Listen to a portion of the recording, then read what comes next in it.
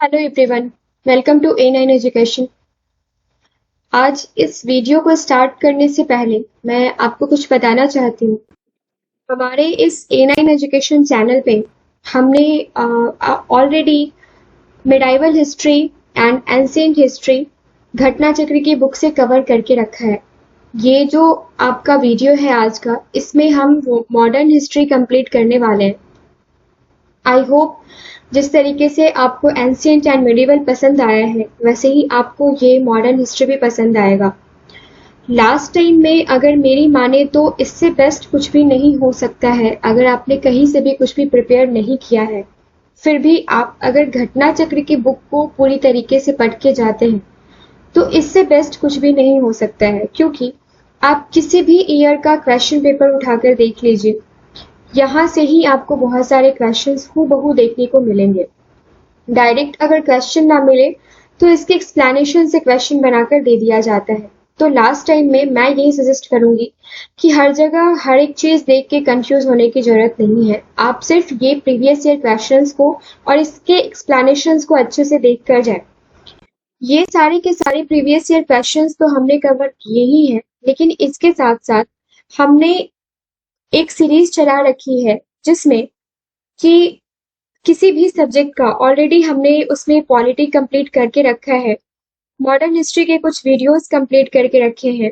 अभी जो वीडियो आपका नेक्स्ट आने वाला है वो है बिहार से रिलेटेड, बिहार करंट अफेयर्स या बिहार स्टैटिक पोर्शन।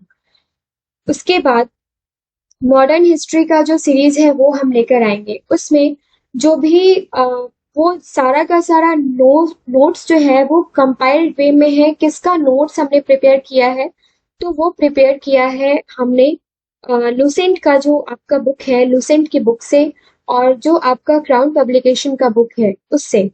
उन दोनों को मिला के हमने इस नोट्स को प्रिपेयर किया है। आई होप आने वाले किसी भी एग्जाम के लिए ये शॉर्ट नोट्स, ये वीडियोस आपके लिए काफी हेल्पफुल रहने वाले हैं।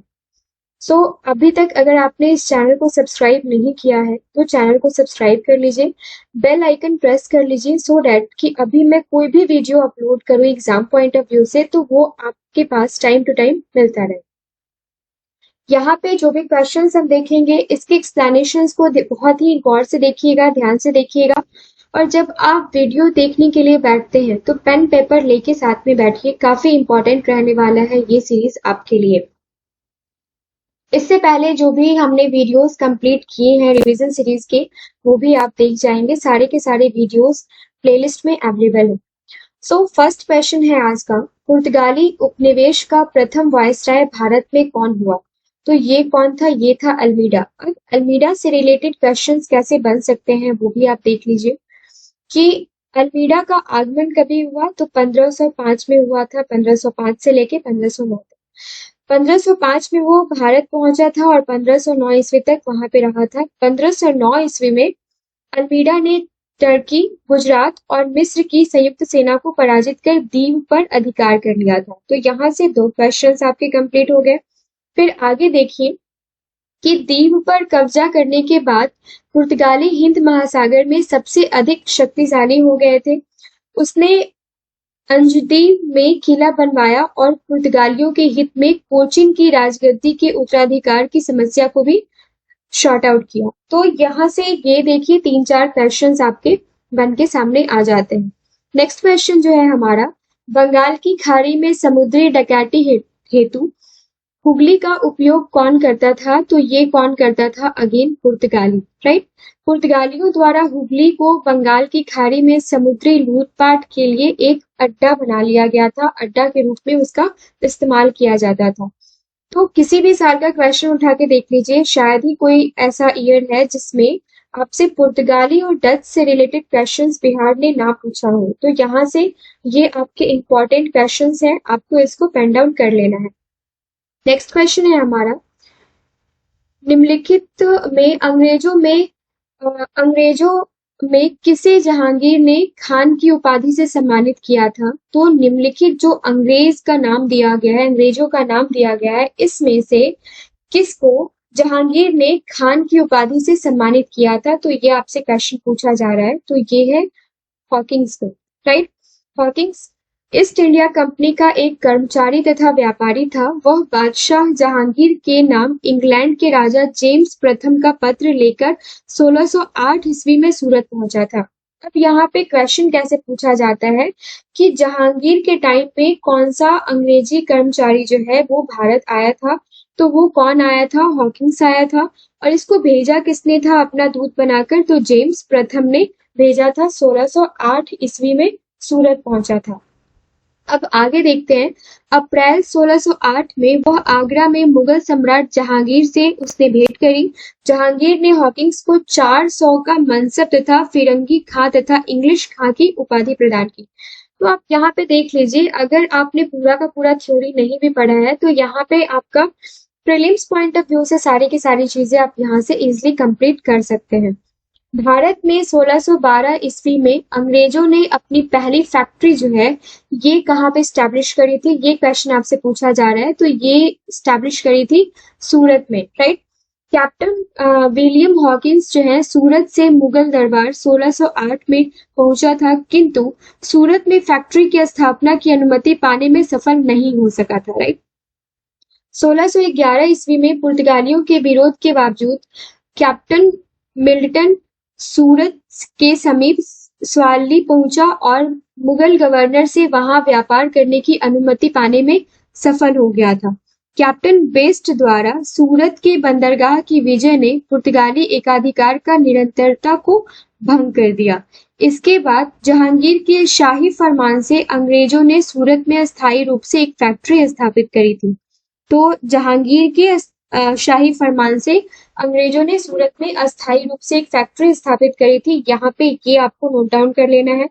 यहाँ से अंग्रेजों ने अपने व्यापार को देश के दूसरे भागों में फैलाना स्टार्ट कर दिया था। और वो कौन कौन सा पार्ट था? अहमदाबाद, बुरहानपुर, अजमेर और आगरा, राइट। ये सारी चीजें आपको यहाँ पे जरूरी है देखना। किस मुगल शासक के समय में सर थॉमस रो भारत आया था? तो ये किसके टाइम में आया था? जहांगीर के शासनकाल में आया था। तो विलियम हॉकिंस और थॉमस रो ये किसके शासनकाल में आया था गाइस? ये आया था जहांगीर के शासनकाल में। आई होप यहाँ पे कोई कंफ्यूजन नहीं है। सर थॉमस रो ब्रिटेन के राजा जेम्स प्रथम के दूत के रूप में सितंबर 1615 ईस्वी में सूरत पहुंचा था। किसके? जेम्स प्रथम के दूत के रूप में 1615 ईस्वी में कहाँ पहुंचा था? सूरत पहुंचा था। 1616 में वह अजमेर में मुगल शासक जहांगीर के दरबार में उपस्थित हुआ था। ये तो प्रीवियस ईयर क्वेश्चंस हम कंप्लीट कर रहे हैं। इसके बाद जो मॉडर्न हिस्ट्री का वीडियो आएगा, ऑब्जेक्टिव टाइप क्वेश्चंस में हमने ऑलरेडी टोटल 400 क्वेश्चंस कवर कर रखे हैं पूरे के पूरे एक्सप्लेनेशन के साथ। अब जो आपका नेक्स्ट वीडियो मॉडर्न हिस्ट्री का आने वाला है वो मैंने आपको जैसे बताया कि वो एक कंबाइंड फॉर्म में मैं आपके पास लेके आऊंगी क्राउन पब्लिकेशन का और लुसेंट का। वो आप जरूर देखना उससे बहुत सारे क्वेश्चंस आपके एग्जाम में आएंगे। और गाइज ये जो भी रिवीजन सीरीज में मैं वीडियोस डाल रही हूँ ना, आई एम डैम श्योर कि एग्जाम के बाद आप मेरे कमेंट सेक्शन में कमेंट जरूर करोगे कि हाँ यही से क्वेश्चंस बहुत सारे आए थे। यहाँ पे हम क्वेश्चन कौन सा देख रहे थे? डच ईस्ट इंडिया कंपनी ने किस वर्ष अपनी फैक्ट्री पटना में स्थापित करी थी? तो ये कौन से ईयर में की थी? 1632 ईस्वी में। काफी बार ये क्वेश्चन पूछा जा चुका है। अब यहाँ पे एक चीज आपको और नोट डाउन कर लेना है कि जब भी क्वेश्चन पूछा जाता है ना तो यहाँ पे आपको इसका उत्तर 1632 ही लगाना है, क्योंकि बिहार में जो भी एग्जाम हो रहे हैं वो सब इनके इसका जो आंसर है उसका 1632 ही आंसर एक्सेप्ट करते हैं, राइट। तो यहाँ पे ये हमने देख लिया। अब फिर दूसरा देखना है निम्नलिखित में से प्रथम कर्नाटक युद्ध। Just a minute guys.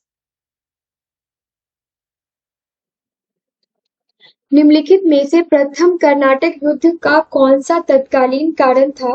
तो प्रथम कर्नाटक युद्ध जो था उसका तत्कालीन कारण कौन सा था ये आपसे पूछा जा रहा है। तो ये था अंग्रेजों द्वारा फ्रांसीसी जहाजों का अधिग्रहण, राइट।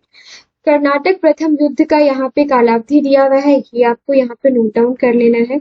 उसके बाद जो इम्पोर्टेंट है वहां पे देखिए कि अंग्रेज कैप्टन बर्नेट के नेतृत्व में अंग्रेजी सेना द्वारा कुछ फ्रांसीसी जहाजों पर अधिकार कर लेना युद्ध का तत्कालिक कारण था। प्रथम कर्नाटक युद्ध के समय ही कर्नाटक के नवाब अनवरुद्दीन ने महफूज खां के नेतृत्व में 10,000 भारतीय सेना को फ्रांसीसियों पर आक्रमण करने के लिए भेजा था, राइट। कैप्टन पैराडाइज के नेतृत्व में फ्रांसीसी सेना ने अद्यार नदी पर स्थित सेंट थोमे नामक स्थान पर नवाब को पराजित कर दिया था।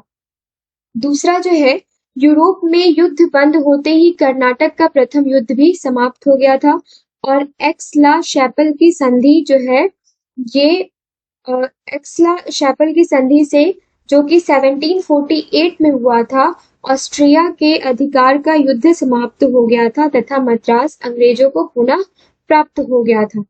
कर्नाटक का प्रथम युद्ध सेंट थोमे के युद्ध के लिए स्मरणीय है। तो यहाँ पे ये जो भी चीजें हैं वो आपने यहाँ पे देख लिया। नेक्स्ट क्वेश्चन है हमारा, 1760 का प्रसिद्ध वांडीवॉर्स का जो युद्ध है वो अंग्रेजों के द्वारा किसके विरुद्ध लड़ा गया था? तो ये किसके विरुद्ध लड़ा गया था? ये लड़ा गया था फ्रांसीसियों के विरुद्ध, राइट। अब यहाँ पे इसका एक्सप्लेनेशन क्या दिया हुआ है कि 18वीं शताब्दी में भारत में लड़े गए ये जो भी चीजें हैं, आपको ये एक्सप्लेनेशन दिया हुआ है कि 18 शताब्दी में जो भी युद्ध लड़े गए हैं वो सीक्वेंस वाइज आपको यहाँ पे चीजें दी हुई है। अब यहाँ से भी आप 1 मार्क से क्वेश्चन एक्सपेक्ट कर सकते हैं आने वाले एग्जाम में। अंबर का युद्ध जो है, जो कि 1749 में लड़ा गया था, मुजफ्फर जंग चंदा साहब तथा फ्रांसीसियों की संयुक्त सेनाओं को वेल्लूर के समीप अंबर या अंबूर नामक स्थान पर कर्नाटक के नवाब अनवरुद्दीन को पराजित कर उसकी हत्या कर दी, पहला। उसके बाद क्या है, मुजफ्फर जंग दक्कन का सूबेदार बन गया। इस उपलक्ष्य में उसने अपने हितकारी टुपले को कृष्णा नदी के दक्षिणी भाग के मुगल प्रदेशों का गवर्नर नियुक्त कर दिया तथा उत्तरी सरकार के कुछ जिले भी फ्रांसीसियों को दे दिए गए। इसके अतिरिक्त मुजफ्फर जंग की प्रार्थना पर एक फ्रेंच सेना की टुकड़ी बुस्सी के नेतृत्व में हैदराबाद में तैनात की गई। तो ये था अंबर युद्ध से रिलेटेड। अब आते हैं प्लासी का युद्ध, जो कि 1757 में हुआ था। अंग्रेजों तथा बंगाल के नवाब सिराजुद्दौला के बीच में हुआ था। युद्ध के परिणाम स्वरूप अंग्रेजों को पूरे बंगाल पर नियंत्रण जो है वो मिल गया था और क्लाइव ने मीर जाफर को बंगाल का नवाब बना दिया था प्लासी के युद्ध के बाद, राइट। अब उसके बाद क्या हुआ कि नवाब बनने के बाद मीर जाफर ने अंग्रेजों को उनकी सेवाओं के लिए 24 परगनों की जिम्मेदारी जो है वो दे दी और क्लाइव को 2,34,000 पाउंड की निजी भेंट दी, राइट। अब नेक्स्ट जो है वांडीवॉश का युद्ध, ये हुआ था किसके? प्लासी के युद्ध के बाद, जो कि हुआ था जनवरी 1760 में। अंग्रेजों तथा फ्रांसीसियों के मध्य ये हुआ था युद्ध और युद्ध में फ्रांसीसी पराजित भी हुए थे। अंग्रेजी सेना का नेतृत्व जो है ये कौन कर रहे थे? तो सर आयरकूट कर रहे थे, जबकि फ्रांसीसी सेना का नेतृत्व कौन कर रहा था? काउंट डी लाली, राइट। बक्सर का युद्ध, जो कि जहां से क्वेश्चन बनता ही है, प्लासी का युद्ध और बक्सर का युद्ध, तो ये किसके किसके बीच में हुआ था? अक्टूबर 1764 में हुआ था और मीर कासिम अवध के नवाब सुजाउद्दौला एवं मुगल सम्राट शाह आलम द्वितीय के नेतृत्व में संयुक्त सेना थी इनकी और अंग्रेजों के विरुद्ध हुआ था। युद्ध में अंग्रेज जो है इनकी विक्ट्री हुई थी और इस युद्ध के बाद जो है इसका नेतृत्व किसने किया था? हेक्टर मुनरो ने किया था। और बक्सर के युद्ध के बाद ही क्या हुआ कि ईस्ट इंडिया कंपनी का जो पकड़ है वो बहुत ज्यादा स्ट्रांग हो गया। निम्नलिखित में से किस अंग्रेज अधिकारी ने नेतृत्व पुर्तगालियों को स्वाली के स्थान पर हराया था? तो ये किसने हराया था? Thomas best. अब देखिए, जो पहले एक्सप्लेनेशन था पहले वाले क्वेश्चन का, यहीं से ये क्वेश्चन बन के आया है। तो 1611 ईस्वी में पुर्तगालियों के विरोध के बावजूद कैप्टन मिल्टन सूरत के समीप स्वाली पहुंचा और मुगल गवर्नर से यहाँ व्यापार करने की अनुमति लेने में सफल हो गया। कैप्टन बेस्ट द्वारा सूरत की बंदरगाह की विजय ने पुर्तगाली एकाधिकार की निरंतरता को भंग किया तथा सूरत में अस्थायी रूप से एक फैक्ट्री स्थापित कर दी। यहाँ से अंग्रेजों ने अपने व्यापार को देश के दूसरे भागों में फैलाना स्टार्ट कर दिया था और जैसा कि हमने ऊपर भी पढ़ा है कि अहमदाबाद, बुरहानपुर, अजमेर और आगरा में इसको एक्सपैंड करना शुरू कर दिया था।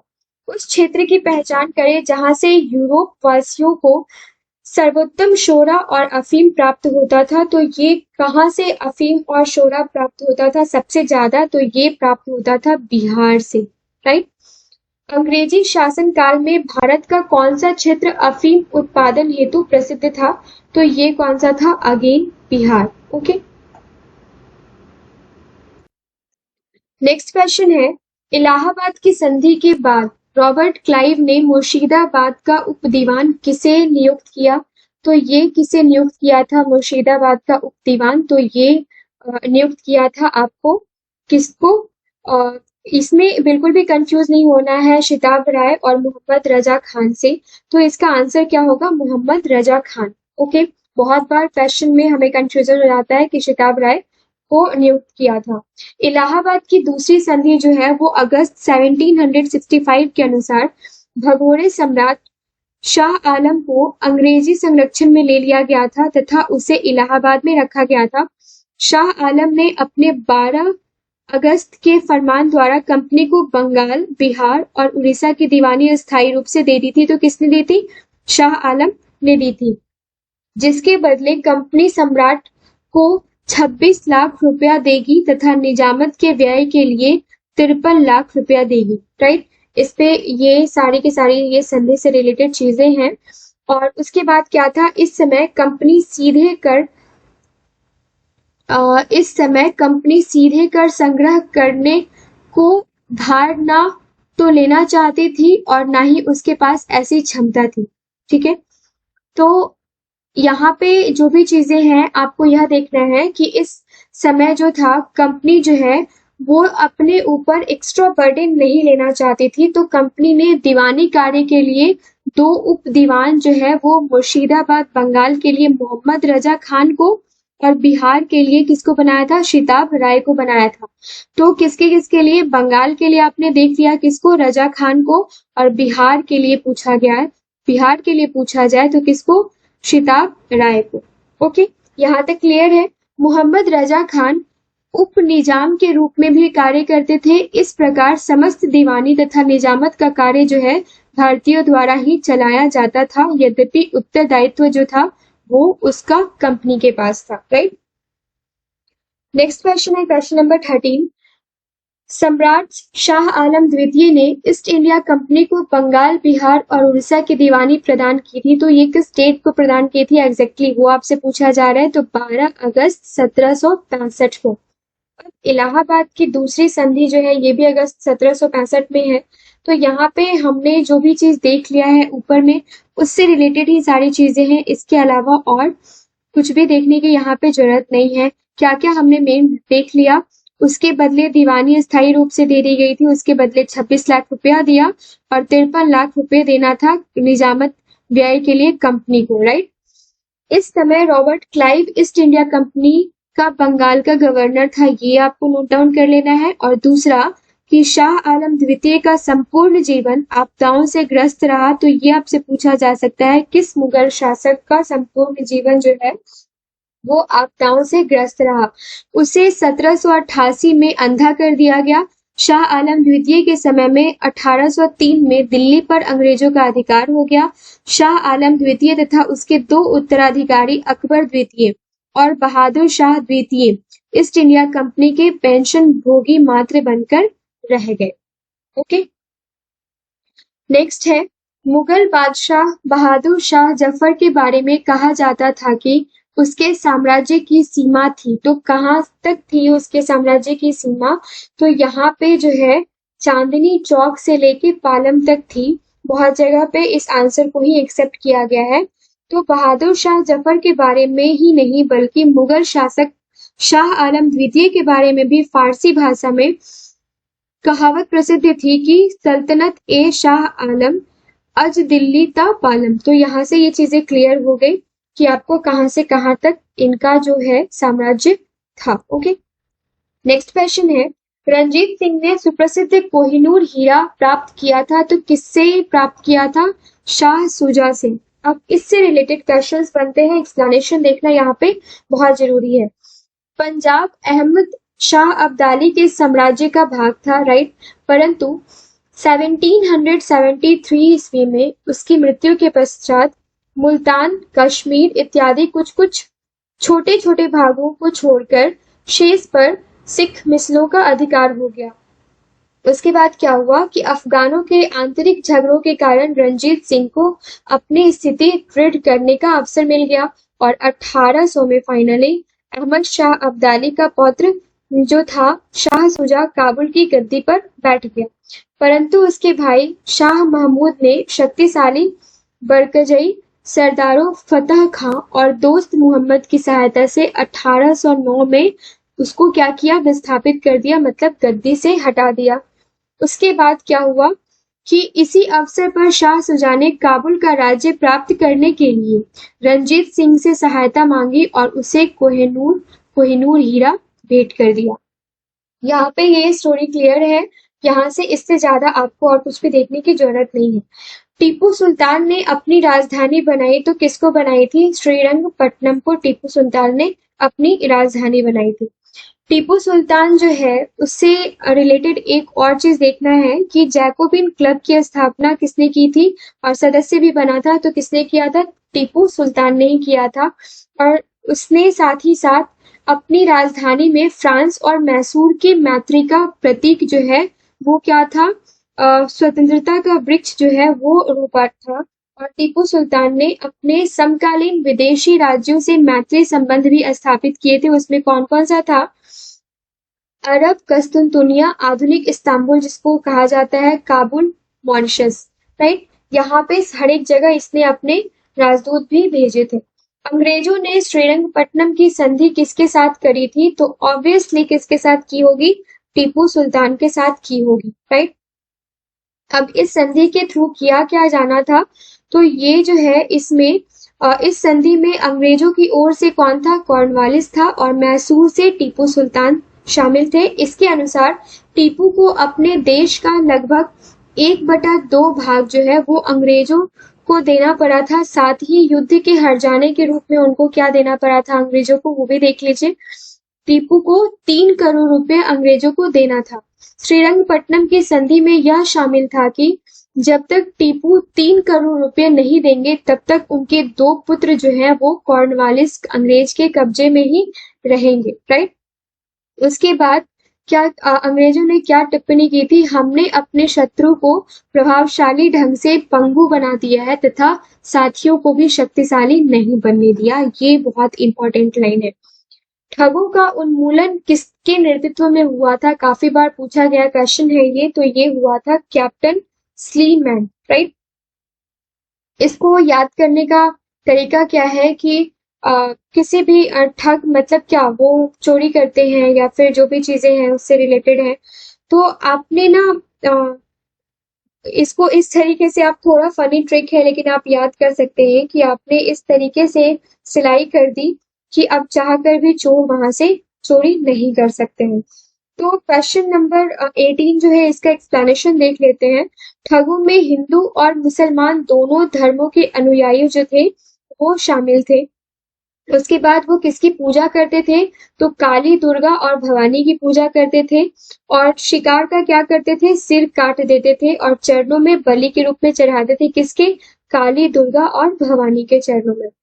ये सारी चीजें जो है वो आपने देख लिया, जिससे जनता जो है, समस्त जनता वो बहुत परेशान थी और इसको ओवरकम करने के लिए उसने क्या किया था? सरकार का समर्थन भी किया था। लॉर्ड विलियम बेंटिक ने कैप्टन स्लीमैन को ठगों के विरुद्ध कार्रवाई करने के लिए नियुक्त किया था। अब यहाँ पे ये काफी इंपॉर्टेंट है कि किसने किसको नियुक्त किया था ठगों के विरुद्ध कार्रवाई करने के लिए? तो लॉर्ड विलियम बेंटिक ने कैप्टन स्लीमैन को नियुक्त किया था। ओके, उसने लगभग 1500 ठगों को बंदी बना दिया। अनेक ठगों को फांसी दे दी गई। शेष जो है वो आजीवन निर्वासित कर दिए गए। 1837 ईस्वी के पश्चात यहाँ पे पूरी तरीके से ठगों का अंत हो गया। तो यहाँ पे जो इम्पोर्टेंट है वो किसकी पूजा करते थे, और दूसरा इम्पोर्टेंट है कि किसने किसको रिक्रूट किया था ठगों को खत्म करने के लिए। नेक्स्ट क्वेश्चन है, बंगाल में द्विशासन प्रणाली किसके द्वारा लागू की गई? तो ये किया गया था रॉबर्ट क्लाइव के द्वारा द्विशासन प्रणाली। अब यहाँ पे इम्पोर्टेंट ये है कि किसके द्वारा लागू किया गया और किसके द्वारा इसको हटाया गया। ठीक है, तो यहाँ पे चीजें हम देख लेते हैं कि आपने तो ये देख लिया कि 1765 में किसके द्वारा इसको लागू किया गया था, तो ये किया गया था लॉर्ड क्लाइव के द्वारा।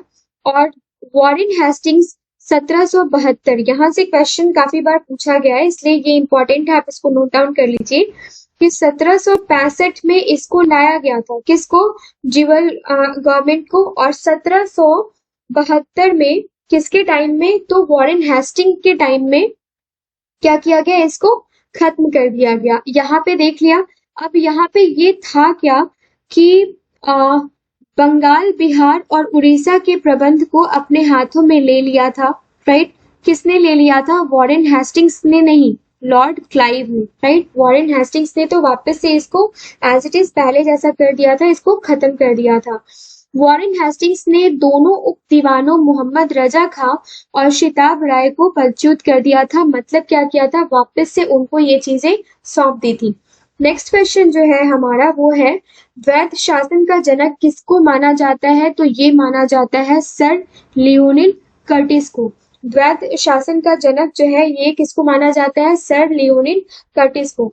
लाया कौन, खत्म किसने किया और इसका जनक किसको माना जाता है? ये तीनों चीजें हमने यहाँ पर नोट डाउन कर लिया है। ओके, अब यहाँ पे देखिए, भारत में प्रथम रेलवे लाइन जो है वो किस गवर्नर के टाइम में लाया गया था, बिछाया गया था? तो ये लाया गया था लॉर्ड डलहौजी के टाइम में। तो लॉर्ड डलहौजी को इसीलिए रेलवे का जनक भी कहा जाता है, जो कि 1853 में लाया गया था। बम्बई थाने के बीच इसमें क्या था? बम्बई से थाने के बीच लॉर्ड डलहौजी के समय रेलवे लाइन बिछाई गई थी। उसके बाद दूसरी रेलवे लाइन भी पूछा जा सकता है 1854 में। फर्स्ट कभी था? 1853 में, जो कि कहां से कहां तक था? ये था बॉम्बे से लेके और थाने तक। सेकंड जो था वो कभी था? 1854 में, जो कि कहां से कहां तक था? कलकत्ता के रानीगंज के बीच जो है वो बिछाई गई थी। तो ये दोनों चीजें फर्स्ट एंड सेकंड हमने यहाँ पे देख लिया है। मुंगेर का बरहिया ताल विद्रोह जो है, इसका उद्देश्य, इसका मेन एम क्या था, ये आपसे पूछा जा रहा है। तो बकाश्त भूमि की वापसी की मांग थी। अब यहाँ पे देख लीजिए कि ये कार्यानंद शर्मा के नेतृत्व में चलाया गया था और जो डेट है, जो ईयर है वो आपको याद रखना है, दैट इज 1936 टू 1908 में, under the guidance of Karyanand Sharma. ये चीजें आपकी हो गई। 1857 में भारत का गवर्नर जनरल कौन था? काफी इंपॉर्टेंट क्वेश्चन है, बहुत छोटा क्वेश्चन है लेकिन काफी इंपॉर्टेंट है। तो ये कौन था? Lord Canning. तो 1857 के विद्रोह के समय भारत का गवर्नर जनरल लॉर्ड कैनिंग। यहाँ पे जो भी एक्सप्लेनेशन है ना, यहाँ से जो भी चीजें छूट जाती है, मॉडर्न हिस्ट्री का जो वीडियो आने वाला है उसमें वो सारी चीजें कवर हो जाएंगी।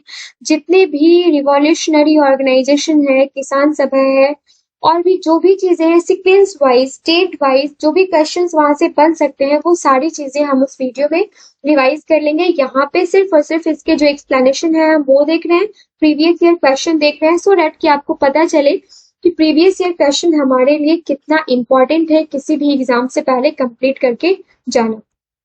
अब यहाँ पे आप देख लीजिए कि लॉर्ड कैनिंग भारत में कंपनी द्वारा नियुक्त अंतिम गवर्नर जनरल था तथा ब्रिटिश साम्राज्य के अधीन नियुक्त भारत का पहला वायसराय था। अब अगर आपसे पूछा जाए कि भारत में कंपनी द्वारा नियुक्त अंतिम गवर्नर जनरल कौन था, तो वो कौन था? लॉर्ड कैनिंग था। फिर अगर ये भी पूछा जाए कि ब्रिटिश सम्राट के अधीन नियुक्त भारत का पहला वायसराय कौन था, तो ये भी कौन था? तो ये था लॉर्ड कैनिंग।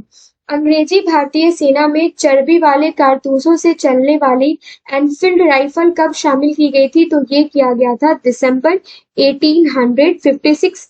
ये सबसे बड़ा रीजन था 1857 के स्वतंत्रता संग्राम का। ओके, यहाँ पे इसका जो एक्सप्लेनेशन है वो देखते हैं। दिसंबर 1856 में सरकार ने पुराने लोहे वाली बंदूक ब्राउन बेस के स्थान पर नवीन न्यू इनफील्ड राइफल के प्रयोग का निश्चय लिया और इन राइफलों में दमदम, अंबाला और सियालकोट में बने चर्बी युक्त कारतूसों का प्रयोग किया जाना था, जिसमें गाय और सुअर की चर्बी लगी थी। अब ये हिंदू के लिए एक्सेप्टेबल नहीं था और ये जो था ये सुअर की चर्बी ये मुस्लिम्स के लिए एक्सेप्टेबल नहीं था। ओके, अब यहाँ पे क्या हुआ कि इस नई राइफल में कारतूस के ऊपरी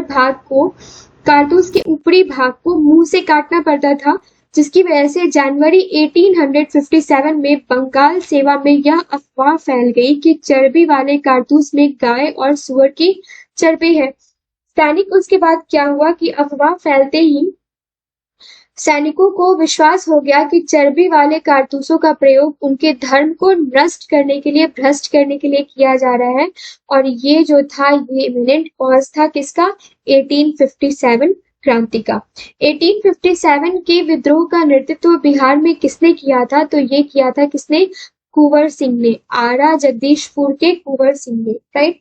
इसके बाद इनकी मृत्यु के बाद कौन बने थे? तो इनके भाई जो थे अमर सिंह, इन्होंने कमान संभाली थी। अब बिहार का एग्जाम हो और कुंवर सिंह से रिलेटेड क्वेश्चन ना पूछे, ऐसा हो नहीं सकता है।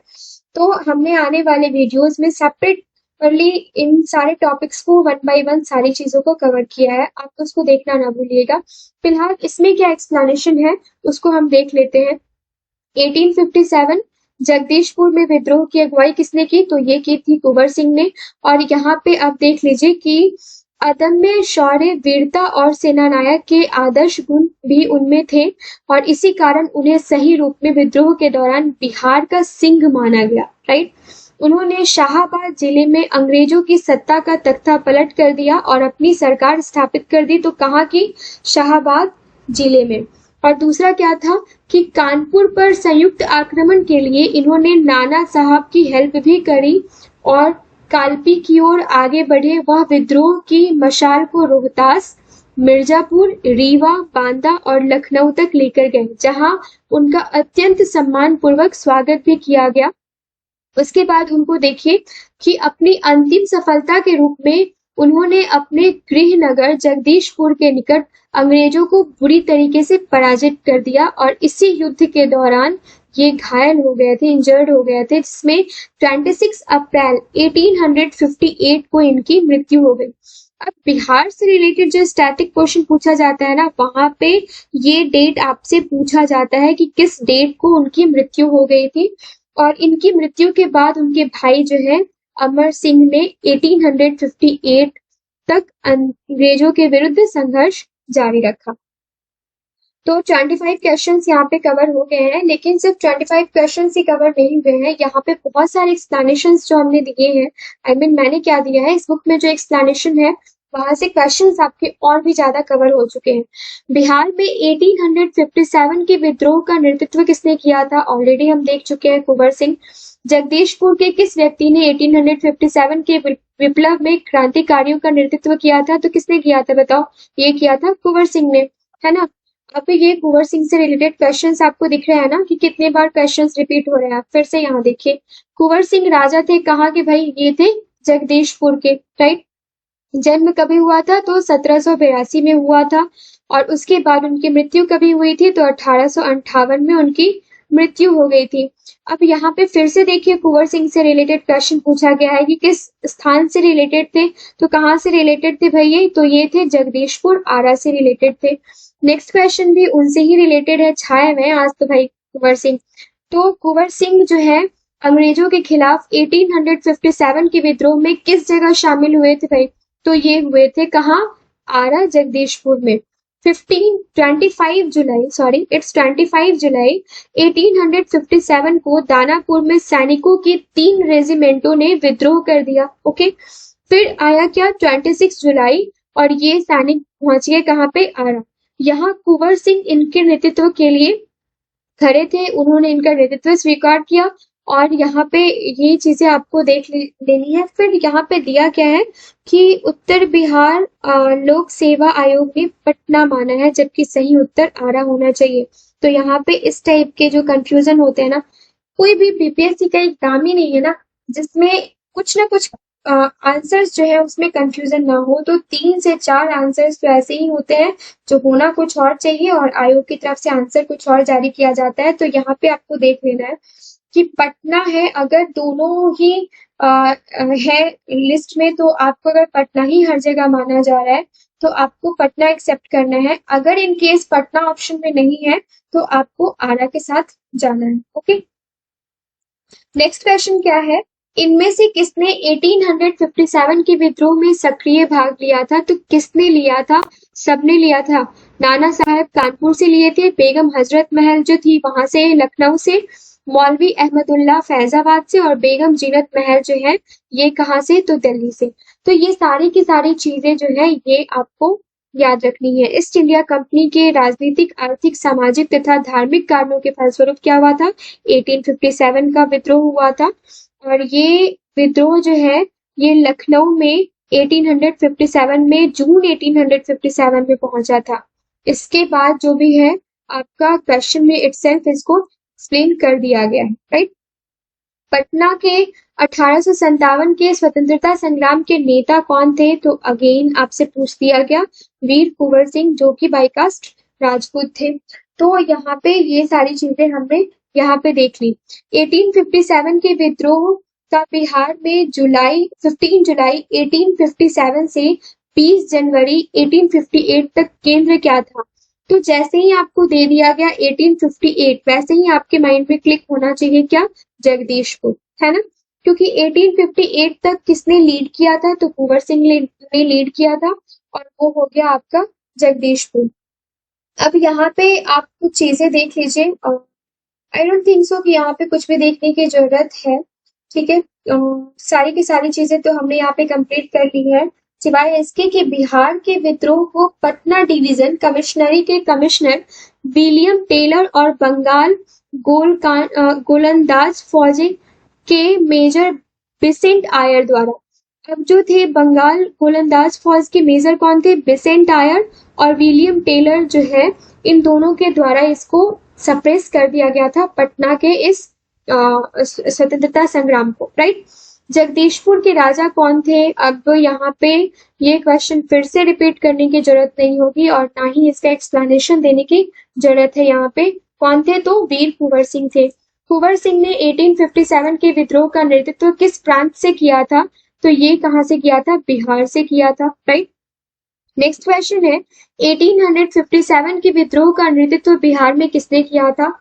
तो किसने किया था? कुंवर सिंह ने किया था। बिहार में 1857 का विद्रोह का नेतृत्व किसने किया था? देखिए, ये कुंवर सिंह से रिलेटेड क्वेश्चंस रिपीटेडली आपसे पूछे जा रहे हैं, तो इतनी बार आपने क्वेश्चन ही यहाँ पे देख लिया है कि भूलने का तो सवाल ही नहीं उठता है भाई। निम्नलिखित में से कौन 1857 के विद्रोह में अंग्रेजों का सबसे कट्टर दुश्मन था? तो ये कौन था, आप बताइए। तो ये मौलवी अहमदुल्ला शाह था, राइट। मौलवी अहमदुल्ला शाह ने फैजाबाद में विद्रोह को अपना नेतृत्व प्रदान किया था। ये अंग्रेजों के सबसे कट्टर दुश्मन थे।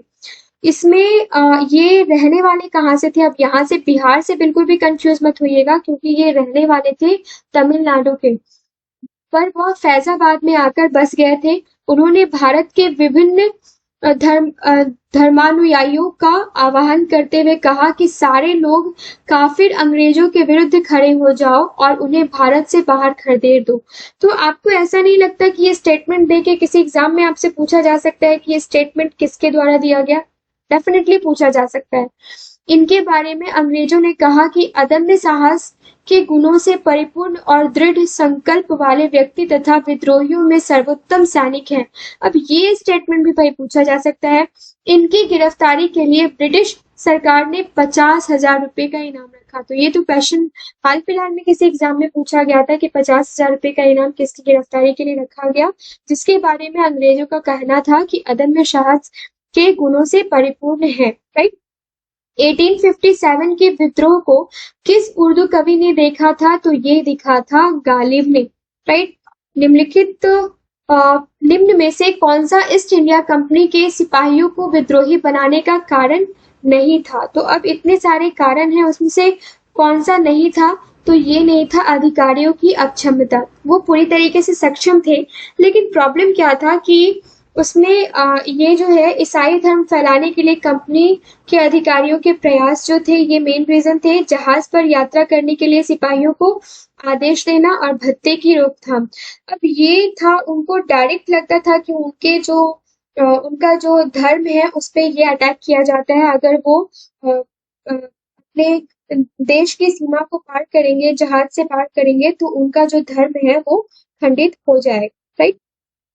नेक्स्ट जो क्वेश्चन है हमारा, इसमें कि निम्नलिखित वर्गों में से किसने 1857 के विद्रोह में भाग नहीं लिया था? तो ये किसने नहीं लिया था? तो ये नहीं लिया था आपको साहूकार और जमींदार में। ये तो ऑलरेडी बेनिफिटेड थे, तो इन्होंने अपने आप को बहुत हद तक अलग ही रखा था, क्योंकि इनका मानना था कि ये असंगठित विद्रोह है जिसमें हमें कुछ भी फायदा होने वाला नहीं है। तो मेन जो उठ के सामने आए थे, तो ये कौन आए थे? मजदूर जो थे और कृषक वर्ग जो था वो उठ के सामने आया था। तो यहाँ पे ये सारी चीजें हमने देख लिया। अब यहाँ पे जो इम्पोर्टेंट चीज है वो क्या है? इतना सारा पढ़ने की जरूरत नहीं है।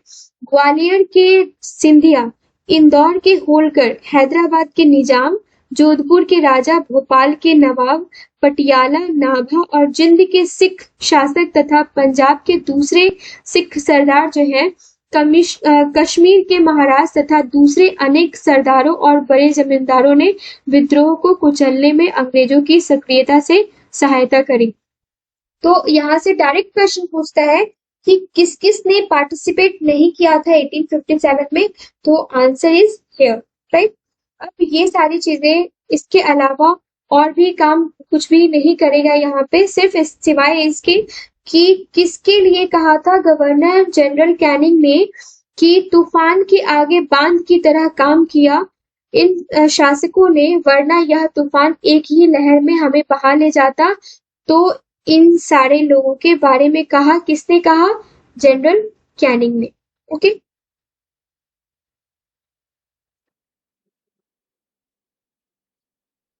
नेक्स्ट क्वेश्चन है, निम्नलिखित में से कौन सा कथन सही नहीं है? तो कौन सा कथन सही नहीं है यहाँ पे? तो यहाँ पे कथन सही नहीं है कि सारे के सारे कथन पहले इस टाइप के क्वेश्चंस में हमारे लिए पढ़ना जरूरी होता है। तो स्टेटमेंट्स क्या क्या है? 1857 में दरभंगा, डुमराव और हटवा के महाराजाओं और उनके साथी जमींदारों ने आदमी तथा पैसे से अंग्रेजों की मदद की। तो ना फिनेंशियली हेल्प था, ना पर्सनली इन लोगों ने हेल्प किया था, किसी भी तरीके से इन्होंने हेल्प नहीं किया था। तो यही आंसर गलत हो जाता है। अब दूसरा देखते हैं, 1857 में दरभंगा, डुमराव और हटवा के महाराजाओं और उनके साथी जमींदारों ने आदमियों से अंग्रेज की मदद की, पैसे से नहीं। ये सही है। 1857 में दरभंगा, डुमराव और हटवा के महाराजाओं और उनके साथी जमींदारों ने पैसे से अंग्रेजों की मदद की, आदमियों से नहीं। तो ये क्वेश्चन आपसे यहाँ पे पूछा गया है कि कौन सा कथन सही है। तो इसमें क्या है कि आदमी तथा पैसे से, दोनों से ही अंग्रेजों की मदद करी थी। और यहाँ पे इसके अलावा जो स्टेटमेंट्स हैं ये आपके गलत हो जाएंगे। सो फिर से आप इस क्वेश्चन को एक बार रिपीट करके देख लीजिएगा, कंफ्यूजन ना हो, क्योंकि मैंने एक्सप्लेनेशन में थोड़ा सा मिस्टेक कर दिया है। 1857 के स्वतंत्रता संग्राम में बिहार के कुछ प्रमुख जमींदारों ने अंग्रेजों की धन एवं इस दोनों से सहायता करी थी। अंग्रेजों को इस प्रकार की मदद पहुंचाने वाले जमींदारों में कौन कौन शामिल थे? तो ये थे दरभंगा, डुमराव और हटवा के जमींदार। नेक्स्ट है, 1857 के विद्रोह से बिहार का कौन सा भाग जो था वो अप्रभावित रहा था? तो ये कौन सा भाग जो था प्रभावित था? तो ये था मुंगेर। मुंगेर जो था इसका केंद्र नहीं था। कौन कौन सा था? तो ये था दानापुर, आरा, मुजफ्फरपुर और पटना। तो यहाँ पे देख लीजिए कि आरा, दानापुर, पटना, मुजफ्फरपुर तथा शाहाबाद जो है ये मेन सेंटर था। और पटना में किसने कमान संभाली थी? तो पीर अली, जो कि पुस्तक विक्रेता थे, और ग्रामीण जनता के बीच अंग्रेजी हुकूमत के विरुद्ध जो विद्रोही काम कर रहे थे, उन्हें विद्रोही सिपाहियों का समर्थन था। ओके, नेक्स्ट क्वेश्चन है 1857 का विद्रोह लखनऊ में किसके नेतृत्व में हुआ था? तो लखनऊ आया तो बेगम ऑफ अवध, दैट इज कौन थी बेगम ऑफ अवध? बेगम हजरत महल, राइट। 30 मई 1857 को हुआ था। कहाँ पे? अवध में। ये 1857 का प्रारंभ हुआ था, राइट। अब यहाँ पे जो भी चीजें हैं, यहाँ पे एक चीज और देख लीजिए आप कि अल्पवयस्क पुत्र विरजिस कादिर को उन्होंने नवाब घोषित कर दिया था, और उसके बाद जबकि बेगम हजरत महल ने आत्मसमर्पण करने से इनकार कर दिया और नेपाल चली गई थी। तो ये भी पूछा जा सकता है कि वो कहाँ चली गई थी। पूछा क्या जा सकता है, ये ऑलरेडी पूछा ही गया है। 1857 का विद्रोह मुख्यतः किस कारण से असफल रहा था? तो इसमें जो था, जो मेन इसका रीजन था वो क्या था जिसकी वजह से ये असफल रह गया था? तो जस्ट अ मिनट गाइस, थोड़ा मैं माइक सेट कर लूं। वेट।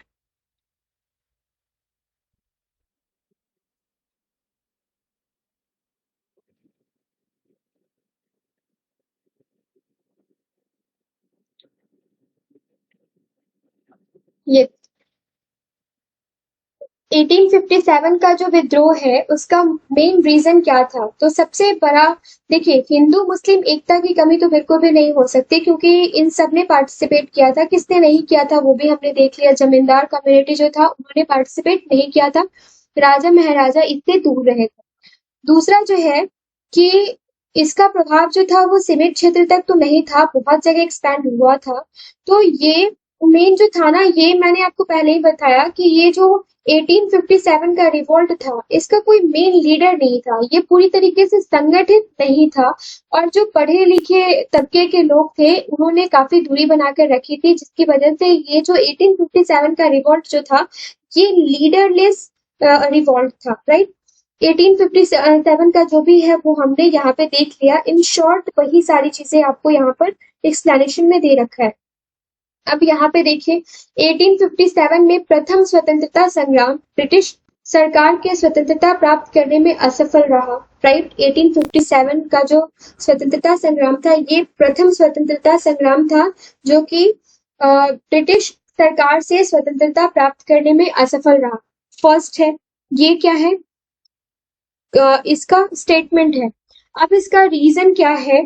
बहादुर शाह जफर के नेतृत्व को जन सहयोग नहीं मिला और अधिकांश महत्वपूर्ण रियासतों के शासक उनका साथ देने में कतरा गए। अब आपसे पूछा जा रहा है कि ये आप बताइए कि इन दोनों में से कोई एक सही है या कोई दो, या दोनों सही है।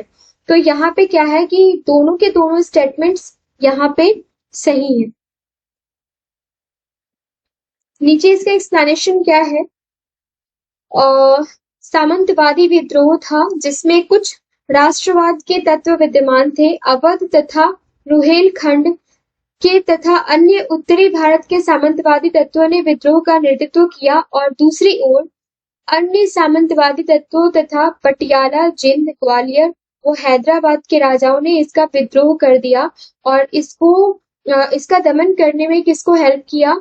तो कैनिंग का हेल्प किया, अंग्रेजी शासन का हेल्प किया, और कैनिंग ने इन लोगों के बारे में कहा था कि यदि सिंधिया भी विद्रोह में शामिल हो जाएं तो मुझे कल ही बिस्तर गोल करना होगा, राइट। महारानी विक्टोरिया ने भारतीय प्रशासन को ब्रिटिश ताज के नियंत्रण में लेने की घोषणा कभी करी थी? तो just after 1857 revolt, that is the main date is 1 November 1853। यहाँ पे ये चीजें आपको मेंशन कर लेनी है। 1857 की क्रांति के दमन के पश्चात 1 नवंबर 1858 को महारानी विक्टोरिया ने भारतीय प्रशासन को ब्रिटिश ताज के नियंत्रण में लेने की घोषणा की। इस घोषणा के बाद भारत में कंपनी के शासन को समाप्त कर दिया गया और सीधे ब्रिटिश क्राउन के अधीन कर दिया गया, राइट। ये चीजें आपको याद रखनी है। फिर यहाँ पे एक चीज और मेंशन करना है कि 15 सदस्यों वाली इंडियन काउंसिल की स्थापना की गई। तत्कालीन गवर्नर जनरल जो थे ये कौन थे? ये थे लॉर्ड कैनिंग, और इनको भारत का प्रथम वायसराय बनाया गया था। ठीक है, तो यहाँ पे हमने देख लिए कि गवर्नर जनरल का पद कभी से खत्म हो गया था, और लास्ट गवर्नर जनरल कौन था, और फर्स्ट वायसराय इंडिया का कौन था।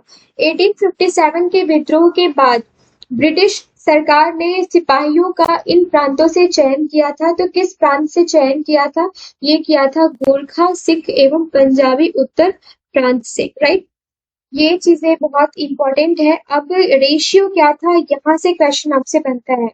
तो यहाँ पे देख लीजिए कि यहाँ पे उत्तर प्रदेश और बिहार के सैनिकों का जो रेशियो था ना, ये काफी डिक्रीज कर दिया गया था, क्योंकि इनको बहुत ही डाउट की नजर से ब्रिटिश सरकार देखने लगी थी। और यहाँ पे देख लीजिए कि विद्रोह के समय बंगाल सेना के 60% सैनिक जो थे ना, ये इसी प्रांत से थे। विद्रोह के लिए भारतीय सेना उत्तरदायी थी। इसी कारण 1 नवंबर 1858 को महारानी विक्टोरिया के घोषणा पत्र के अंतर्गत सेना का पुनर्गठन किया गया था। तो ये सारी चीजें यहाँ पे काफी इंपॉर्टेंट है, जो कि आपने यहाँ पे देखा। निम्नलिखित में से किसने 1857 के विद्रोह को एक षड्यंत्र की संज्ञा दी? ये किसने दिया था? ये कॉन्स्पिरेसी की संज्ञा किसने दी थी? तो ये दी थी सर जेम्स आउट्रम एवं डब्ल्यू टेलर ने। ये काफी इंपॉर्टेंट है। यहाँ पे आपको यहाँ पे इस चीज को नोट डाउन कर लेना है। नेक्स्ट क्वेश्चन है, 1857 के विद्रोह को किसके द्वारा प्रथम भारतीय स्वतंत्रता संग्राम के रूप में वर्णित किया गया था? तो ये किसके द्वारा किया गया था? बाल गंगाधर तिलक तो होगा नहीं, बीडी सावरकर इसका राइट आंसर होगा। इन्होंने the Indian war of independence 1857 जो इनकी बुक थी, उसमें इन्होंने इसकी प्रथम स्वतंत्रता संग्राम की संज्ञा दी थी 1857 के रिवॉल्ट को।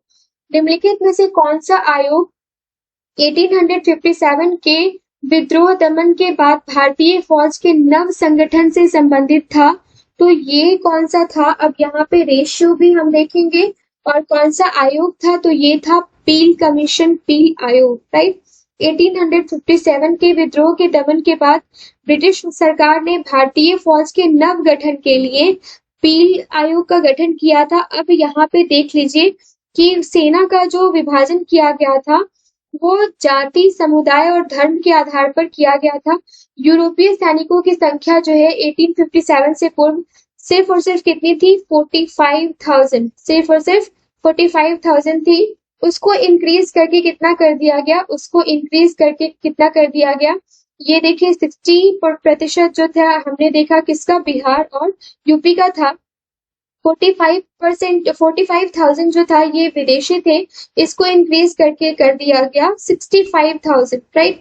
अब यहाँ पे देख लीजिए कि जो इंडियन सैनिक थे ये थे 2,38,000, जिसको डिक्रीज करके कर दिया गया 1,40,000। तो यहाँ पे क्या किया गया? यहाँ पे इंक्रीज किया गया 65,000 तक, और यहाँ पे डिक्रीज कर दिया गया 1,40,000 तक। बंगाल में यूरोपीय सैनिकों का भारतीय सैनिकों से 1:2 के रेशियो में इनको रखा गया, राइट। जबकि मद्रास तथा बंबई में यह अनुपात 1 से 3 तक था। तो 1:2 कहाँ था? ये था बंगाल में, और मद्रास तथा बंबई में 1:3 था। ये चीजें आपको यहाँ पे नोट डाउन कर लेनी है। अब आया सबसे इम्पोर्टेंट क्वेश्चन, नील विद्रोह। इसके बारे में किसके बारे में था? तो यहाँ पे ये देख लीजिए नील विद्रोह किसके बारे में था। तो ये क्या था? रैयत नील की खेती नहीं करना चाह रहे थे, पर उनसे एक अमान्य मूल पर जबरदस्ती करवाई जा रही थी क्या? नील की खेती। तो इसके अगेंस्ट में था। इसमें अब कुछ चीजें जो है ये आपको बहुत अच्छे से याद रखना है। अब 1917 वाली चीजों पे नहीं जाना है आपको, सबसे पहले देखना है ये 1859 से 60 में बंगाल के नादिया जिले में गोविंदपुर में विष्णु विश्वास और दिगंबर विश्वास के नेतृत्व में ये नील बगान मालिकों के विरुद्ध किया गया था। यह आंदोलन नील विद्रोह के नाम से जाना जाता है, राइट। विद्रोह का मूल कारण क्या था? ददनी प्रथा थी। कौन सी प्रथा थी भाई? ये थी ददनी प्रथा, जिसमें बगान मालिक किसानों को नील की खेती के लिए कुछ पैसा अग्रिम भुगतान कर देता था और इस भुगतान के बदले किसान नील उगाने के लिए मजबूर हो जाते थे, राइट। जो इनको पूर्व निर्धारित दर जो मिलता था ये बहुत ही कम होता था, पर नील बेचने के लिए बाध्य हो जाना पड़ता था इनको। इस प्रकार की बेगार कृषि के विरुद्ध किसानों का विरोध नील विद्रोह था। इस पर दीनबंधु मित्र ने नील दर्पण नामक नाटक लिखा था। अब बिल्कुल भी आप कंफ्यूज नहीं होंगे, जिसमें महात्मा गांधी चंपारण आए थे वो अलग है, चंपारण सत्याग्रह है, और ये क्या है, ये है नील विद्रोह। यहाँ से कंफ्यूजन क्रिएट होता है कि नील दर्पण पुस्तक जो है इसी टाइम में लिखा गया था, किसके द्वारा, दीनबंधु मित्र के द्वारा। ये यहाँ पे आपका 2 क्वेश्चन और रेडी हो गया। ओके, नेक्स्ट है नील कृषकों की दुर्दशा पर लिखी गई पुस्तक। ऑलरेडी हमने देख लिया क्या है, ये है दीनबंधु मित्र की पुस्तक है, कौन सा, नील दर्पण। वह प्रथा जिसके तहत किसान स्वयं भूमि का मालिक होता था और सरकार को भू राजस्व के भुगतान के लिए जिम्मेदार माना जाता था। तो ये कौन सा जो अ, क्या था, इसमें कौन सी प्रथा थी, जमींदारी प्रथा थी या रैयतवाड़ी प्रथा थी? तो इसका राइट आंसर हो जाएगा रैयतवाड़ी प्रथा। रैयतवाड़ी प्रथा जो है इसमें भू राजस्व के भुगतान के लिए जिम्मेदार माना जाता था, किसको, सरकार को। अब यहाँ पे जमींदारी प्रथा, महलवाड़ी सिस्टम और रैयतवाड़ी सिस्टम जो है, ये सारी की सारी चीजों का हमने सेपरेट वीडियो बना के रखा है। और कोई भी वीडियो जो है वो 8 से 10 मिनट के से ज्यादा का नहीं है, लेकिन ये जो वीडियो हमने कंप्लीट किया है ये आपका ना सिर्फ प्रीलिम्स पॉइंट ऑफ व्यू से but it is also important for mains, right. तो ये सारी चीजें आप यहाँ से थॉरली कवर कर सकते हैं। पागल पंथ की स्थापना किसने की थी? तो ये किसने की थी? ये की थी करम शाह ने। पागल पंथ एक अर्ध धार्मिक संप्रदाय था, ये भी आपको याद रखना है। और करम शाह का पुत्र तथा उत्तरदायी टीपू धार्मिक तथा राजनैतिक उद्देश्यों से प्रेरित था। अब ये टीपू सुल्तान नहीं है, ये दूसरा है, राइट। उसने जमींदारों के द्वारा मुजारों टेनेट्स पर किए गए अत्याचारों के विरुद्ध आंदोलन किया था और 1825 में टीपू ने शेरपुर पर अधिकार कर लिया और वहां का राजा बन गया था। वह इतना शक्तिशाली हो गया था कि स्वतंत्र सत्ता का प्रयोग करने लगा और प्रशासन को चलाने के लिए उसने एक न्यायाधीश, एक मजिस्ट्रेट और एक कलेक्टर नियुक्त कर लिया था, राइट। तो फराजी कौन थे? तो फराजी कौन थे? हाजी शरीयतुल्लाह के अनुयायियों को क्या कहा जाता था? ये कहा जाता था फराजी, राइट।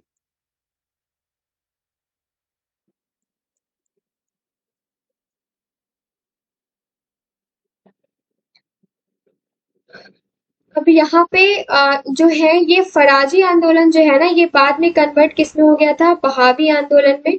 ये चीज आपको यहाँ पे देख लेना है। और फराजी लोग जो है वो बंगाल के फरीदपुर के हाजी शरीयतुल्लाह द्वारा चलाए गए संप्रदाय के अनुयायी थे, फॉलोअर्स थे। ओके,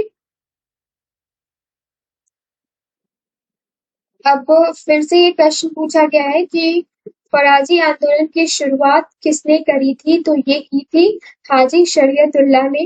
हुक्का आंदोलन को किसने संगठित किया था? तो ये किया था गुरु राम सिंह ने। अब यहाँ पे गुरु रामदास भी ऑप्शन में रहता है और गुरु राम सिंह भी रहता है। तो हुक्का आंदोलन से आपको याद रखना है गुरु राम सिंह, राइट। गुरु राम सिंह हुक्का आंदोलन जो है ये वहाबी आंदोलन के इससे बहुत कुछ रिलेट करता था। किससे? वहाबी आंदोलन से। तो ये क्या था? दोनों ही के दोनों आंदोलन जो थे ये क्या था? ये धार्मिक आंदोलन के रूप में स्टार्ट हुआ था और उसके बाद उसका जो मेन एम था ये क्या था? अंग्रेजों को देश से बाहर निकालना था।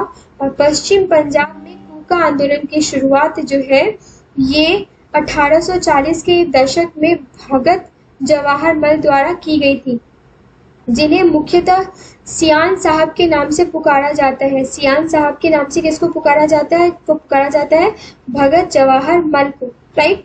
गुरु राम सिंह ने कूका आंदोलन को संगठित किया तथा जुझारू बनाया। इनका उद्देश्य क्या था?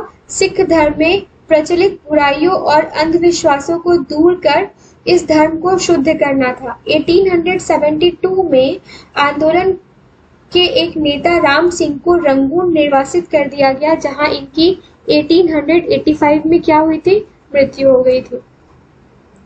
1875 के दक्कन के दंगों का तत्कालिक कारण क्या था? तो ये क्या था? महाजनों के द्वारा ऊंचे ब्याज पर जो भी चीजें हो रही थी। तो यहाँ पे क्या है कि जो फार्मर्स थे वो और कर्जदार होते चले जा रहे थे। क्यों? क्योंकि रेट ऑफ इंटरेस्ट था वो बहुत ही हाई था, जिसकी वजह से ना पढ़ने को पैसे होते थे, ना खाने को पैसे होते थे। तो ये वाला सिचुएशन जो था वो दक्कन के दंगों का मेन रीजन था। ओके, नेक्स्ट है महाराष्ट्र में रामोसी कृषक जत्था किसने स्थापित की थी? तो ये किसने किया था? ये किया था वासुदेव बलवंत फड़के। रामोसी कृषक जो जत्था है ये इसके एस्टेब्लिशर कौन थे? ये थे वासुदेव बलवंत फड़के। ओके, टाइटल से ही आप याद रख सकते हैं। ये सारी चीजें हमने यहाँ पे देख ली। इन्हें काला पानी की सजा दी गई थी और 1883 में आमरण अनशन से इनकी मृत्यु हो गई।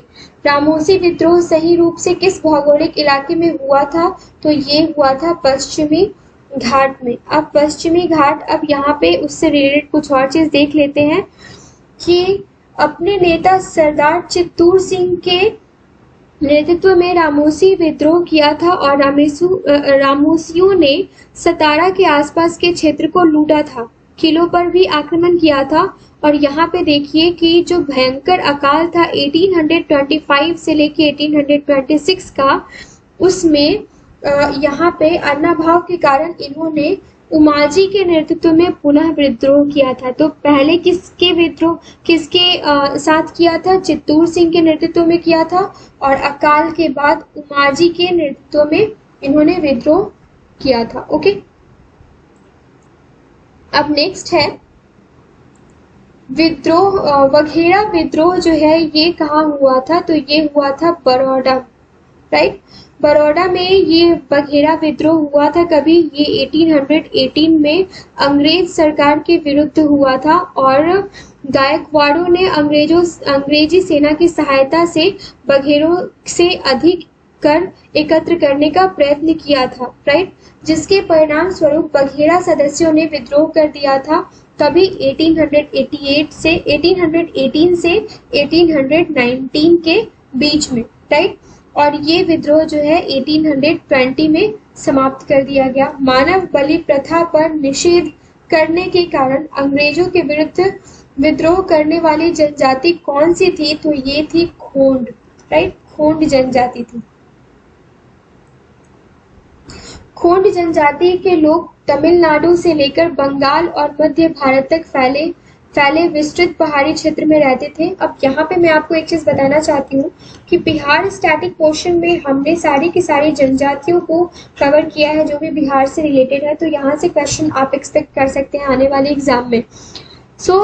इन्होंने 1837 से 1856 तक अंग्रेजों के विरुद्ध जो है विद्रोह किया था। तो कभी से कभी तक किया था? तो 1837 से लेके 1856 तक इन्होंने विद्रोह किया था, राइट। और इनका नेतृत्व जो है ये किसने किया था? तो ये किया था चक्र बिसोई ने। तो ये जो मानव बलि प्रथा का निषेध करने के कारण ये इसकी खोंड जनजाति इसके अगेंस्ट थी और इसके जो हेल्पर थे ये कौन थे? चक्र बिसोई। ओके,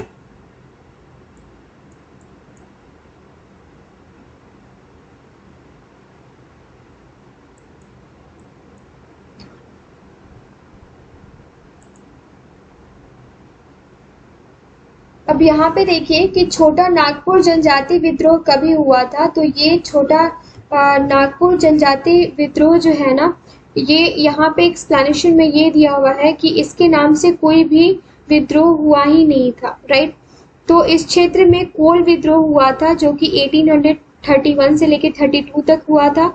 संथाल जो है उसका टाइम दिया हुआ है, मुंडा विद्रोह का टाइम दिया हुआ है। तो यहाँ पे जो है छोटा नागपुर जनजाति से रिलेटेड जो भी आपने देखा है वो देख लीजिए। और 1855 ईस्वी में संथालों ने किस अंग्रेज कमांडर को हराया था? तो ये हराया था मेजर बारो को। 1855 में किसको हराया था? तो मेजर बारो को हराया था। किसने हराया था? तो संथालों ने हराया था। किस क्षेत्र में? भागलपुर क्षेत्र के भोगनाडीह तालुके में, राइट। अब यहाँ पे देखिए कि इन्होंने एक साथ पुलिस और दिगुओं पर आक्रमण कर दिए थे, जिसका नेतृत्व सिद्धो कान्हो और चांद भैरव कर रहे थे। तो यहाँ पे संथाल विद्रोह के नेतृत्वकर्ता कौन कौन से थे? तो थे सिद्धो कान्हो भैरव और सिद्धो कान्हो और चांद भैरव, राइट। ये 4 लोग थे, इनके नेतृत्वकर्ता थे। और यहाँ पे देखिए कि संथाल विद्रोह को दबाने के लिए मेजर बारो के नेतृत्व में एक सेना भेजी गई थी, राइट। और ये पीर पैंती के युद्ध के नाम से भी इसको जाना जाता है। और संथालों ने क्या किया? हरा दिया था इनको। 1855 में संथाल विद्रोह का नेतृत्व किसने किया था? तो ऑलरेडी हमने देख लिया, किसने? सिद्धो कान्हो भगत ने। ओके,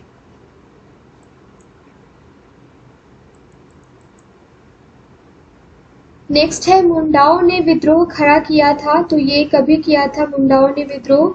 तो ये किया था 1895 में मुंडा विद्रोह। महाराष्ट्र में रामोसी कृषक जत्था किसने स्थापित करी थी? तो ऑलरेडी हमने ये क्वेश्चन देख लिया है। Answer is Vasudev Balwant Phadke, right. Ramoshi विद्रोह सही रूप से किस भौगोलिक इलाके में हुआ था? तो ये भी हमने ऑलरेडी देख लिया है। ये कहाँ हुआ था? पश्चिमी घाट में। उसके बाद बघेरा विद्रोह कहाँ हुआ था? आई थिंक ये पेज ना ये रिपीट हो गया है, राइट। हाँ, ये रिपीटेड पेज ही है, I am confirm. Okay, next देख लेते हैं कि उलगुलान विद्रोह किससे जुड़ा था? तो उलगुलान विद्रोह जो है, उलगुलान विद्रोह जिसको महान हलचल के नाम से भी जाना जाता है, ये एक आदिवासी विद्रोह था, राइट। दूसरी तरफ आपको इससे रिलेटेड क्या देखना है कि यहाँ पे इसके भूमि राजस्व व्यवस्था में परिवर्तन के विरुद्ध मुंडा विद्रोह की शुरुआत हुई, लेकिन कालांतर में बिरसा ने इसे धार्मिक राजनीतिक आंदोलन का रूप दे दिया, राइट। अब यहाँ पे कुछ और भी चीज देख लीजिए बिरसा मुंडा से रिलेटेड, क्योंकि यहाँ से क्वेश्चंस बनते हैं। 1895 ईस्वी में बिरसा ने अपने आप को भगवान का दूत घोषित कर दिया था, राइट। और क्या हो गया? मुंडाओं का राजा बन गया, राइट। अब यहाँ पे इन्होंने क्या कह दिया था कि डिगुओं के गैर आदिवासियों के विरुद्ध हमारी लड़ाई होगी और खून से जमीन इस तरह लाल होगी जैसे लाल झंडा। ये चीजें यहाँ पे आपने देख लिया। लगभग 6000 मुंडा जो है वो तीर तलवार कुल्हाड़ी के साथ इनके साथ हो लिए थे, लेकिन बिरसा मार्च 1900 के शुरू में गिरफ्तार कर लिए गए और जून में जेल में ही मारे गए थे, राइट। अब कैसे मरे थे, इनकी मृत्यु हुई थी ये या फिर इनको मार दिया गया था, इसके बारे में अभी तक कुछ भी चीजें क्लियर नहीं दी गई है। नेक्स्ट है बिरसा मुंडा का कार्य क्षेत्र क्या था? तो ये कार्य क्षेत्र था आपका रांची, ओके। रांची इनका कार्य क्षेत्र था और यहाँ पे इनके जो फॉलोअर्स थे ये किसकी पूजा करते थे? सिंह बोंग की पूजा करते थे। और दूसरा आपको यहाँ पर एक और चीज नोट डाउन कर लेना है कि रांची से लेकर भागलपुर तक जो है इनका कार्य क्षेत्र था। ये काफी इंपॉर्टेंट है, ओके। 1899 से 1900 ईस्वी की मुंडा क्रांति के नेता कौन थे? तो ये मुंडा क्रांति के नेता कौन थे? ऑब्वियसली ऑलरेडी हमने देख लिया है कि ये बिरसा मुंडा थे। बिरसा मुंडा किसके पक्ष में थे? तो ये किसके पक्ष में थे? झारखंड, एक नए राज्य के पक्ष में थे, ठीक है। अब यहाँ पे देख लीजिए कि यहाँ पे जो सबसे ज्यादा इम्पोर्टेंट है कि बिहार का विभाजन कर झारखंड राज्य की स्थापना की गई और बिरसा मुंडा को ही श्रद्धांजलि देने के हेतु 15 नवंबर को क्या किया गया? झारखंड दिवस के रूप में मनाया जाता है। 1831 में बुद्धो भगत के नेतृत्व में कोल विद्रोह किस क्षेत्र में हुआ था? तो ये हुआ था सिंहभूम जिले में, है ना। अब यहाँ पे देख लीजिए कि बुद्धो भगत के नेतृत्व में कोल विद्रोह छोटा नागपुर क्षेत्र के सिंहभूम, पलामू, हजारीबाग और मानभूम क्षेत्र में हुआ था। उसके बाद यहाँ पर जो इम्पोर्टेंट हो सकता है हमारे एग्जाम पॉइंट ऑफ व्यू से वो है कि 1831 में बुद्धो भगत की मृत्यु के उपरांत इस विद्रोह का संचालन गंगा नारायण के द्वारा किया गया था। ठीक है, अब ये हो गया। और ईस्ट इंडिया कंपनी ने इस विद्रोह का दमन कर दिया था। ठीक है, कब तक? 1848 तक ये चला गया था। उसके बाद विद्रोह का दमन कर दिया गया था। नेक्स्ट है हौज विद्रोह कभी हुआ था? तो 1820 से लेके 21 में हुआ था और जिसका केंद्र क्या था? संथाल परगना। किस स्थान पर आदिवासियों ने अंग्रेजों के खिलाफ विद्रोह किया था? तो ये कहाँ विद्रोह किया था? तो यहाँ पे आपको देख लीजिए कि विद्रोह जो है वो किसी एक जगह पे नहीं हुआ था। तो यहाँ पे देखिए कि छोटा नागपुर की हो एवं मुंडा जनजातियों ने जो थी इस क्षेत्र में, यहाँ पे एक से अधिक आंसर होगा, राइट। और यहाँ पे देख लीजिए कि सिंध की जनजातियों ने भी विद्रोह किया था। और किस जनजाति ने विद्रोह किया था? तो ये आपको किया था बिहार की जनजातियों ने। तो ये सारी चीजें जो है आदिवासी जो विद्रोह हुआ था ये बिहार में हुआ था और सिंध में भी हुआ था। तो इस टाइप के क्वेश्चंस जो है ना काफी कंफ्यूजन क्रिएट करते हैं। ऐसा लगता है कि सारे के सारे आंसर्स होंगे या कौन से आंसर्स होंगे पता नहीं चलता है।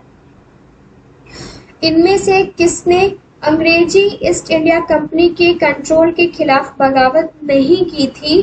तो ये हैदराबाद के निजाम ने बगावत नहीं की थी। ओके,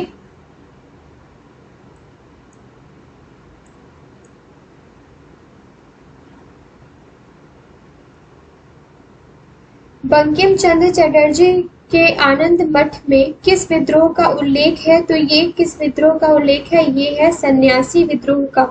बंकिम चंद्र चटर्जी कृति आनंद मठ का कथानक जो है ये सन्यासी विद्रोह है। और वंदे मातरम गीत जो है ये भी कहाँ से लिया गया है गाइस? ये लिया गया है आनंद मठ से। अफगानिस्तान के प्रति आक्रामक नीति का किस वायसराय ने जो है वो आक्रामक नीति जो है ये अपनाई थी? किसके अगेंस्ट? अफगानिस्तान के अगेंस्ट। तो ये अपनाया था लॉर्ड लिटन ने। किसने? लॉर्ड लिटन ने। ओके, अब यहाँ पे क्या है? 1876 में लॉर्ड लिटन के वायसराय बनने के बाद अफगानिस्तान के प्रति अपनाई गई नीति में परिवर्तन आ गया। और ये सारी चीजें जो है आपको यहाँ पे देख लीजिए। फिर 1878 ईस्वी में द्वितीय आंग्ल अफगान युद्ध शुरू हो गया था और 1879 में गंडमक की संधि हुई थी। नेक्स्ट है 1878 का वर्नाकुलर प्रेस एक्ट जो है ये किसने रद्द कर दिया था? तो ये किसने किया था? लॉर्ड रिपन ने। अब लाया कौन था और किसने रद्द किया था? ये दोनों क्वेश्चन काफी इंपॉर्टेंट है। तो यहाँ पे ये देखना जरूरी है कि लॉर्ड रिपन ने 1882 में इसको रद्द कर दिया गया था। और 1878 में क्या था कि लॉर्ड लिटन के द्वारा लाया गया था, पारित हो गया था। इसको मुंह बंद करने वाला अधिनियम भी कहा गया था। इसमें था क्या कि जो भारतीय भाषाओं के समाचार पत्र थे उनको क्या हुआ था कि अंग्रेजी भाषा के समाचार पत्रों के समान ही स्वतंत्रता दे रही थी। किसने? जब भी ये इसको खत्म कर दिया गया था 1882 में लॉर्ड रिपन के द्वारा, तो वापस से उसको सारी चीजें दे दी गई थी। लेकिन जब ये लाया गया था उस वक्त क्या था कि आपको यहाँ पे समाचार पत्र से बॉन्ड पेपर पर हस्ताक्षर करवा ले कि वह कोई भी ऐसी सामग्री नहीं छापेगा जो सरकार विरोधी हो। मतलब डायरेक्ट इनका कंट्रोल था कि अपने अगर कुछ भी अगेंस्ट में छापा तो बेटा आप गए। ये सारी चीजें जो थी ये कब लाया गया था? तो लॉर्ड लिटन लेके आए थे और लॉर्ड रिपन ने उसको क्या किया था? हटा दिया था। अब यहाँ पे देख लीजिए कि इस अधिनियम के अधीन सोम प्रकाश, भारत मिहिर, ढाका प्रकाश, सहचर, तथा उन अनेक अन्य समाचार पत्रों के विरुद्ध मामले दर्ज कर लिए गए थे। अस्थायी बंदोबस्त किसके साथ किया गया था? तो ये अस्थायी बंदोबस्त जो है ये किया गया था, यहाँ पे देखिए कि लॉर्ड कॉर्नवालिस ने भू राजस्व की अस्थायी बंदोबस्त प्रणाली की शुरुआत करी थी। इसे इस्ता-मरारी, जागीरदारी, मालगुजारी एवं बिस्वेदारी ये सारे नामों से भी जाना जाता है। और ये जो था ये बंगाल, बिहार और उड़ीसा तथा उत्तर प्रदेश के वाराणसी एवं उत्तरी कर्नाटक में लागू किया गया था। राइट, अब ये सारी चीजें हैं। इसमें था क्या कि 19% हिस्सा जो है भारत का वो शामिल था और इस व्यवस्था के अंतर्गत जमींदारों के एक नए वर्ग को भूस्वामी घोषित कर दिया गया था, जिसे भूमि के लगान का 10/11 भाग कंपनी को देना पड़ता था तथा 1/11 भाग अपनी सेवाओं के लिए अपने पास रखना पड़ता था। अस्थायी बंदोबस्त के अंतर्गत जमींदार छोटे पूंजीपति भद्र नवाब होते थे। राइट, नेक्स्ट क्वेश्चन है हमारा, बिहार में परमानेंट सेटलमेंट लागू करने का कारण क्या था? तो ये था भू राजस्व का राजस्व निर्णय करना। इसका मेन रीजन था किसका? परमानेंट सेटलमेंट का।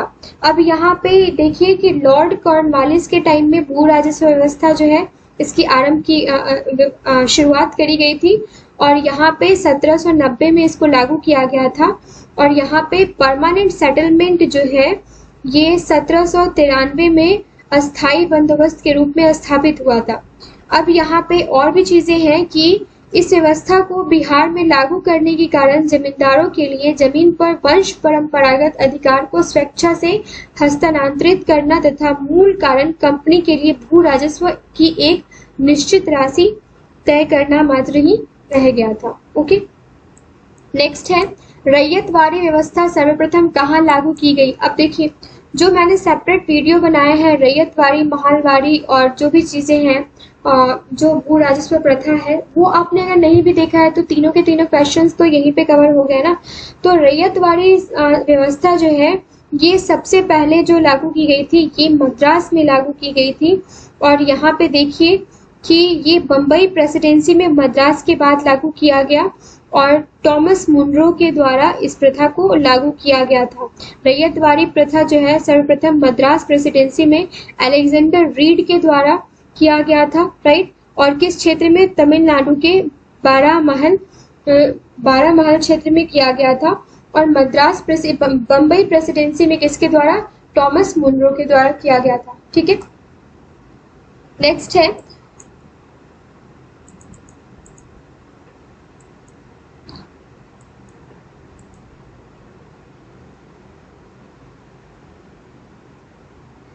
किस ईयर में बंगाल और बिहार में भूमि पर किराएदारों के अधिकारों को बंगाल किराएदारी अधिनियम द्वारा दिया गया था? तो ये दिया गया था 1885 में। 1885 में सत्यार्थ प्रकाश की रचना किसने करी थी? तो ये की थी स्वामी दयानंद सरस्वती ने। अब इनको मूला शंकर के नाम से भी जाना जाता है और इनका जन्म 1824 में कहाँ हुआ था? गुजरात में हुआ था। और यहाँ पे ये सारी चीजें उतनी इम्पोर्टेंट नहीं है, लेकिन यहाँ पे एक चीज बहुत इम्पोर्टेंट है कि इन्होंने 1875 में बम्बई में आर्य समाज की स्थापना करी थी और इनके विचार इनकी प्रसिद्ध पुस्तक सत्यार्थ प्रकाश में वर्णित है। इनकी जो अलग और भी रचनाएं हैं ये है पाखंड खंडन, वेद भाष्य भूमिका, ऋग्वेद भाष्य, अद्वैत मंत्र का खंडन, पंच महायज्ञ विधि तथा वल्लभाचार्य मत खंडन। ये सारी की सारी इनकी इम्पोर्टेंट बुक है जो कि किससे रिलेटेड है? स्वामी दयानंद से रिलेटेड है। ओके, नेक्स्ट क्वेश्चन है अमृत बाजार पत्रिका की स्थापना किसने करी थी? तो अमृत बाजार पत्रिका की स्थापना जो है ये की थी आपको किसने? शिशिर कुमार घोष ने। अब यहाँ पे कंफ्यूजन ये होता है कि गिरीश कुमार घोष भी दे दिया जाता है और शिशिर कुमार घोष भी दिया जाता है। तो आपने किसने करी थी अमृत बाजार पत्रिका? शिशिर कुमार घोष ने करी थी। अब इसमें एक चीज और इम्पोर्टेंट है कि 1878 में देशी भाषा प्रेस अधिनियम से बचने के लिए रातों रात अंग्रेजी भाषा में रूपांतरित हो गई थी ये वाली पत्रिका, और गिरीश चंद्र घोष ने बंगाली का प्रकाशन 1862 में शुरू किया था, जिसे 1879 में एस.एन. बनर्जी ने ले लिया था। हिंदू पैट्रियट की स्थापना भी गिरीश चंद्र घोष ने करी थी। बाद में हरीश चंद्र मुखर्जी इसके संस्थापक बन गए थे।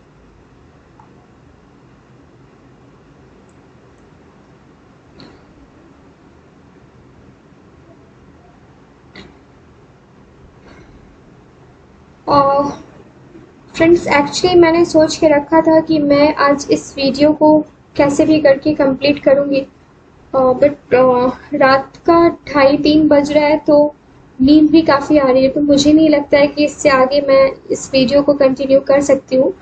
बट बहुत जल्द 1 से 2 दिन में आपको ये वीडियो मिल जाएगा, जिसमें और भी जो आगे के 250 क्वेश्चंस के अप्रॉक्स हैं, वो सारे के सारे क्वेश्चंस हम इसमें कवर कर लेंगे। टोटल 84 क्वेश्चंस जो आज हमने कवर किए हैं, इसमें सिर्फ और सिर्फ 84 क्वेश्चंस नहीं हैं। 84 क्वेश्चंस के अलावा भी जो इसके एक्सप्लेनेशन है, यहाँ से क्वेश्चंस काफ़ी बनते हैं। अगर आपको हमारी मेहनत पसंद आ रही है तो चैनल को लाइक एंड सब्सक्राइब करना ना भूलिएगा। साथ ही साथ आप किसी भी प्लेटफॉर्म पे इसको शेयर कर सकते हैं। कुछ भी इस वीडियो में कमी नज़र आती है तो हमें कमेंट सेक्शन में कमेंट करके बताइए। आपके कमेंट्स पढ़ने को मिलते हैं, आपका सब्सक्रिप्शन देखने को मिलता है, तो ऐसा लगता है कि हमारी मेहनत सफल हुई है। ये जो भी क्वेश्चंस हैं, इस क्वेश्चन की एक्सप्लेनेशन है, आई होप आपने देखते ही साथ इसका जो शॉर्ट नोट है वो आपने प्रिपेयर कर लिया होगा। मिलते हैं नेक्स्ट वीडियो में, तब तक के लिए गुड नाइट। इससे ज़्यादा अब इतनी रात को मैं और क्या कह सकती हूँ। जो नेक्स्ट क्वेश्चन है 250 क्वेश्चंस, वो हम नेक्स्ट वीडियो में कंप्लीट करेंगे। Best of luck guys, exams आने वाले हैं, उसके लिए प्रिपेयर होइए। अच्छे से सारे के सारे जो पॉइंट्स हैं उनको रिवाइज कीजिए। और लास्ट टाइम में आपने कुछ भी नहीं देखा है तो घटना चक्र का previous year question, current affairs and Bihar current affairs, Bihar static question, इतना तो आप देख के जाइए, तो 110 क्वेश्चंस आपके कहीं नहीं जाने वाले। That's all for today. Thank you so much.